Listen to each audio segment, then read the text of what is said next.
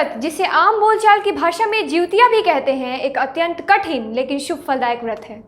भारतीय स्त्रियां आज के दिन अपने संतान की लंबी आयु व स्वस्थ जीवन की कामना कर यह व्रत रखती हैं। इतना कठिन व्रत रखने के पीछे की कहानी क्या है और क्या है इस व्रत की विधि, आज के स्पेशल रिपोर्ट में हम आपको बताने जा रहे हैं। स्वागत है आपका HTV न्यूज़ में। मैं हूं भावना पांडे। आप सभी को जीवित पुत्रिका व्रत की ढेरों शुभकामनाएं। आज देश भर में श्रद्धा पूर्वक जीवित पुत्रिका व्रत मनाया जा रहा है। देश के तमाम हिस्सों में आज हर माँ अपने संतान की सुख, शांति, समृद्धि, स्वास्थ्य तथा आयु की कामना रखते हुए यह पावन व्रत रख रही हैं।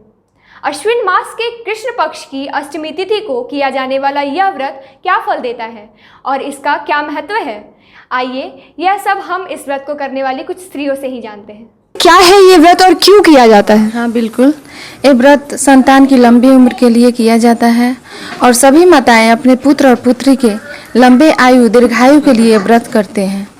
और ये भी दर्शाता है कि एक माँ और बच्चे के बीच में प्रेम और सौहार्द को दर्शाता है। इस व्रत के पीछे की पौराणिक कहानी क्या है, इसके बारे में आपको पता है? हाँ बिल्कुल, इस व्रत की पौराणिक कथा यह है कि महाभारत से ही हम इस व्रत की सत्यता को जानते हैं, क्योंकि महाभारत के समय उत्तरा के गर्भ में श्री कृष्ण ने उनके पुत्र को वरदान दिया था और उनको पुनर्जीवित किया था। उसी समय से हम लोग विधिवत जीवित पुत्रिका व्रत का पूजा करते हैं और विधि विधान से इसका पूजन करते हैं। मतलब ये व्रत करने से जो भी संतान है उनको सुख, समृद्धि और आयु प्रदान होती है। हाँ, बिल्कुल। इस व्रत को करने की विधि क्या है? इस व्रत को करने की विधि है कि ये व्रत 3 दिन से शुरू होता है। जैसे नहा खाए से ही व्रत का प्रारंभ हो जाता है। इसको हम लोग कोई नदी तालाब में जाके ही व्रत स्नान करता है और उसके बाद से अपने पितरों के प्रति श्रद्धा व्यक्त करता है, पूजन करता है और उसके बाद विधिवत खाना खाता है और भोर में चिवड़ा दही चढ़ाता है लोग, और जो भी उनकी मतलब परंपराएं हैं उसी अनुसार वो पूजा करते हैं। और कल होके मतलब नहा खा के कल होके निराहार रह के पानी भी नहीं पीते हैं और इस व्रत को निर्जला व्रत करते हैं और कल होके सुबह में इस व्रत को तोड़ते हैं।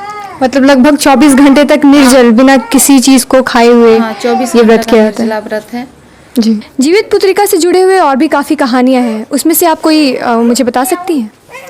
जी हाँ, एक कहानी है जो जितवाहन राजा के नाम से एक राजा हुआ करते थे और उनके राज्य से कुछ दूरी पर एक परंपरा थी जो चिल गिद्ध था, बहुत बड़ा गिद्ध था, जो कि वो प्रतिदिन एक नागों की बलि लिया करता था।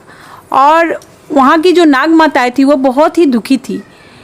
एक नाग माता जिनके पुत्र का उस दिन बारी था, उनकी प्राण उस दिन जाने वाली थी, वो बहुत दुखित होकर विलाप कर रही थी। उसी समय उसी मार्ग से जितवाहन महाराज जा रहे थे और उन्होंने जब देखा तो उस वृद्ध स्त्री के पास गए और जाके उन्होंने ये बात पूछा कि क्यों आप इतना विलाप कर रही हैं।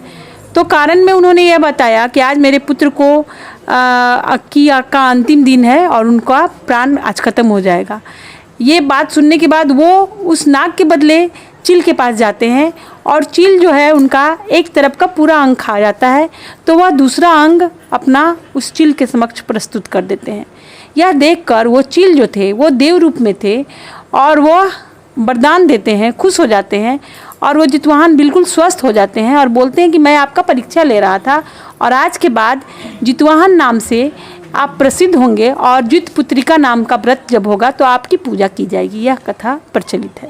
जी।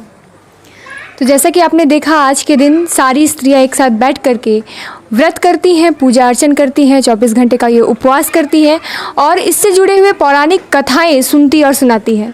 आज के लिए बस इतना ही। तमाम खबरों और डिबेट्स के लिए देखते रहिए HTV न्यूज़, सच की आवाज़।